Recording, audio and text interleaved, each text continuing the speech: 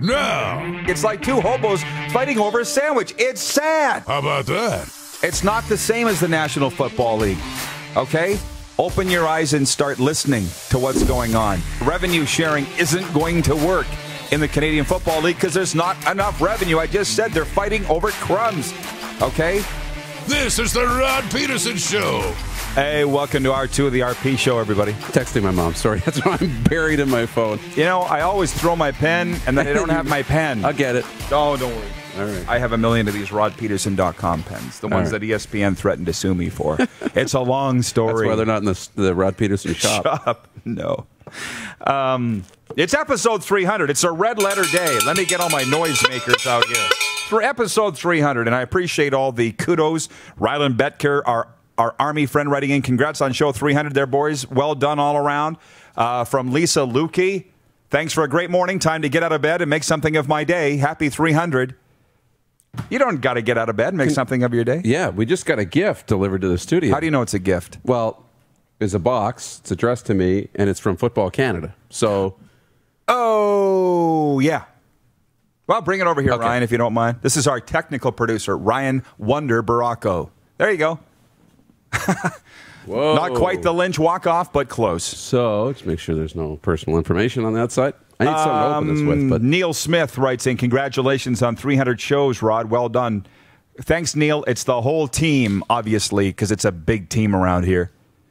Jeff, the Stampeders fan, says, what happens to the pens you throw? It creates a large haystack of pens behind Paul's chair over there. The couch. Are you bringing him a knife? scissors. Okay. John Ohm in Winnipeg. Okay, quick story time. We would almost need a close-up of this to tell the story, but I created a logo, rodpedersen.com, in ESPN font. I had a design company here in town do red letters, ESPN font, TSN font with rodpedersen.com. And it was the head of my website, and I had these pens and all kinds of promotional materials. Got a letter from ESPN saying, take it down or you'll be sued. I wrote him back and I said, you can't trademark a font. Do you think you can trademark a font? Apparently. You can. Just so you know, you can. It's the same font, by the way, as UFC. If you notice, UFC is the same font as ESPN. Clearly, they're okay with it. So I have like 3,000 pens with this illegal font on them. So I got a lot of days left of throwing pens. Was that a happy day? ESPN knows who I am? Or was that It was a ticked off day. Yeah. Okay. Did all these pens, and now what? Now what? They came from TG Marketing, by the way. Quick 6 show topics. Let's re-up, please, before we bring in our next guest. Thank you, Jordan Blodgett, our underappreciated director.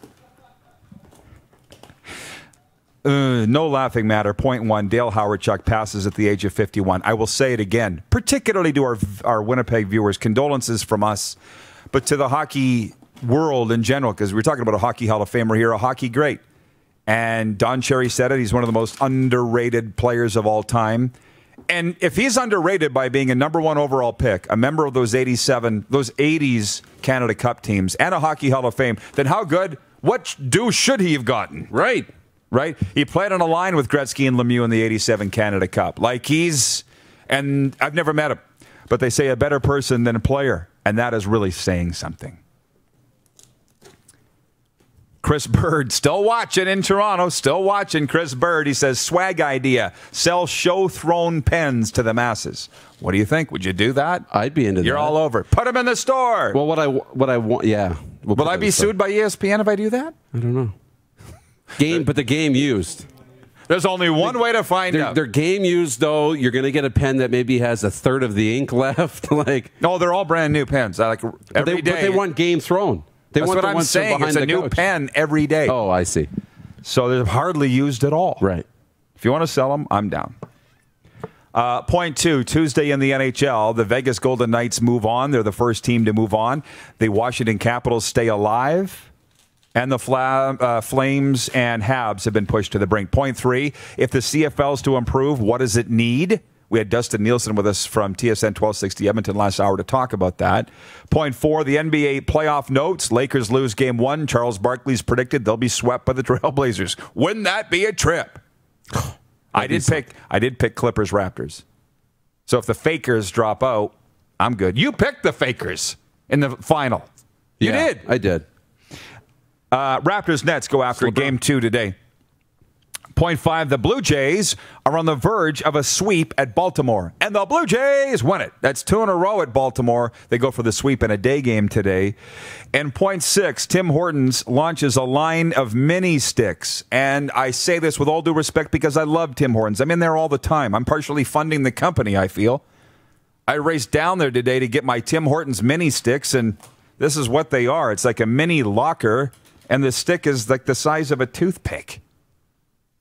You can't play with this.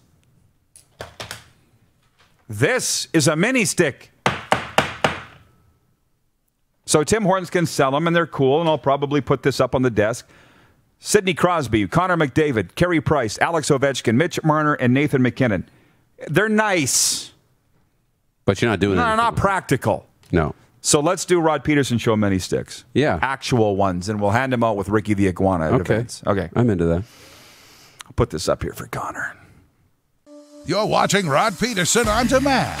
For more of the Rod Pedersen Show, visit rodpedersen.com or follow Rod Pedersen on social media.